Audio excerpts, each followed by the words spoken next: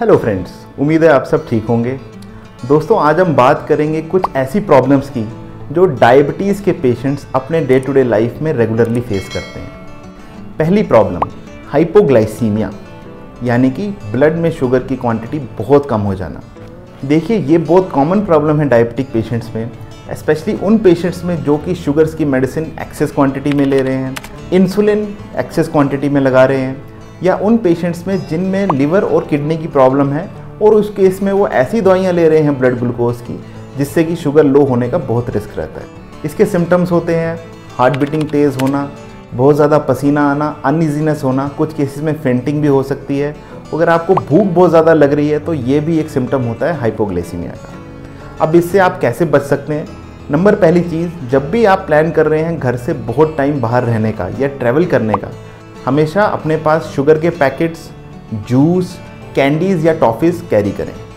Number दूसरी चीज़, जब भी आप फिज़िकल एक्टिविटी करते हैं तो फिज़िकल एक्टिविटी से पहले और फिज़िकल एक्टिविटी ख़त्म करने के बाद अपनी ब्लड ग्लूकोज ज़रूर चेक कीजिए। अगर आप एक्सरसाइज करने से पहले आपकी शुगर्स 90 से कम है तो आप कुछ कार्बोहाइड्रेट का सोर्स लीजिए जिससे कि एक्सरसाइज के ड्यूरिंग आपको शुगर्स लेवल लो ना हो।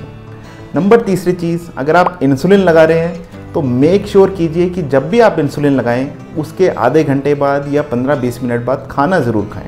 कभी कभी पेशेंट्स ये करते हैं कि वो इंसुलिन लगा के खाना खाना स्किप कर देते हैं या खाना बहुत डिले कर देते हैं।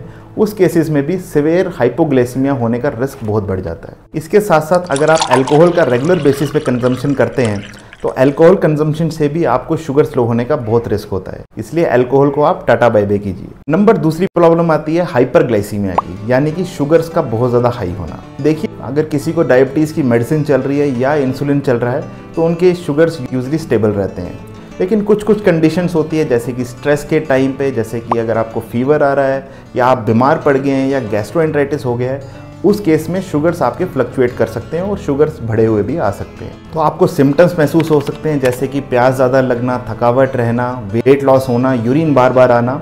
ऐसे केसेस में हम रेकमेंड करते हैं कि जिन भी डॉक्टर को आप फॉलोअप करते हैं उनके पास जाएं। उस टाइम पे आपकी डायबिटीज़ की मेडिसिन हो सकता है कुछ टाइम के लिए बढ़ानी पड़े, या इंसुलिन की डोज भी हो सकता है कुछ टाइम के लिए आपको बढ़ानी पड़ जाए। इसके साथ साथ हम ये भी रेकमेंड करते हैं कि जब भी आप बीमार पड़ें तो अपने शुगर्स लेवल को ज़्यादा फ्रीक्वेंटली मॉनिटर कीजिए, बिकॉज शुगर्स फ्लक्चुएशंस होने के काफ़ी ज़्यादा चांसेस रहते हैं। तीसरे नंबर की चीज़ जो डायबिटीज़ के पेशेंट्स को ध्यान रखनी चाहिए वो है फुट केयर। डायबिटीज़ के पेशेंट्स अक्सर अपने पाँव की देखभाल करना भूल जाते हैं। देखिए, डायबिटीज़ अगर आपकी लंबे टाइम से अनकंट्रोल चल रही है तो उसमें नसों का डैमेज हो सकता है।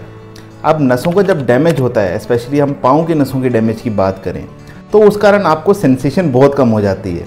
इसी कारण से आपके पाँव के जलने का, पाँव में चोट लगने का, पाँव में ज़ख्म होने का, और एक बार इन्फेक्शन अगर हो गया आपके पाँव को तो उसके बहुत ज़्यादा फैलने का रिस्क रहता है। तो इसलिए पाँव का ध्यान रखना बहुत ज़्यादा ज़रूरी है। रोज़ अपने पाँव को गुनगुने पानी से और साबुन से धोएं। धोने के बाद उसको ड्राई करें और पाँव के ऊपर वाले पोर्शन में और नीचे वाले पोर्शन में आपको वैसलीन या ग्लिसरीन या कोई भी मॉइस्चराइज़र लगाना है। इसके साथ आप अपने जूतों का स्पेसिफिकली ध्यान रखिए। जूते ज़्यादा टाइट नहीं होने चाहिए, नंगे पाँव आपको बिल्कुल नहीं चलना है। जब भी आप जूते पहने तो कॉटन या वुलन की सॉक्स पहले पहननी है। और अगर आपके पाँव में कोई भी इन्फेक्शन या ज़ख्म या रेडनेस आती है तो फटाफट अपने डॉक्टर से कंसल्ट कीजिए। और last but not the least, अपने स्ट्रेस लेवल को मैनेज कीजिए। देखिए, डायबिटीज़ एक क्रोनिक बीमारी है। जब किसी भी पेशेंट्स को डायबिटीज़ डायग्नोस होती है तो वो काफ़ी स्ट्रेसफुल हो जाते हैं कि अब हमारी लाइफ में क्या होगा, अब हमें किडनियाँ ख़राब हो जाएंगी, अब हमारे हार्ट पे असर दिखना शुरू होगा, हमारा लिवर ख़राब हो जाएगा।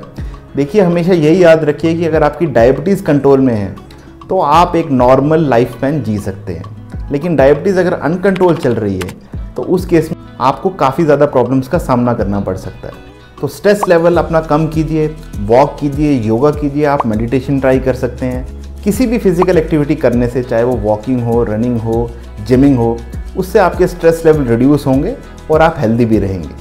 तो इसलिए इन सब बातों का ध्यान रखिए और ऐसे ही इन्फॉर्मेशन के लिए फॉलो कीजिए मेरे चैनल को।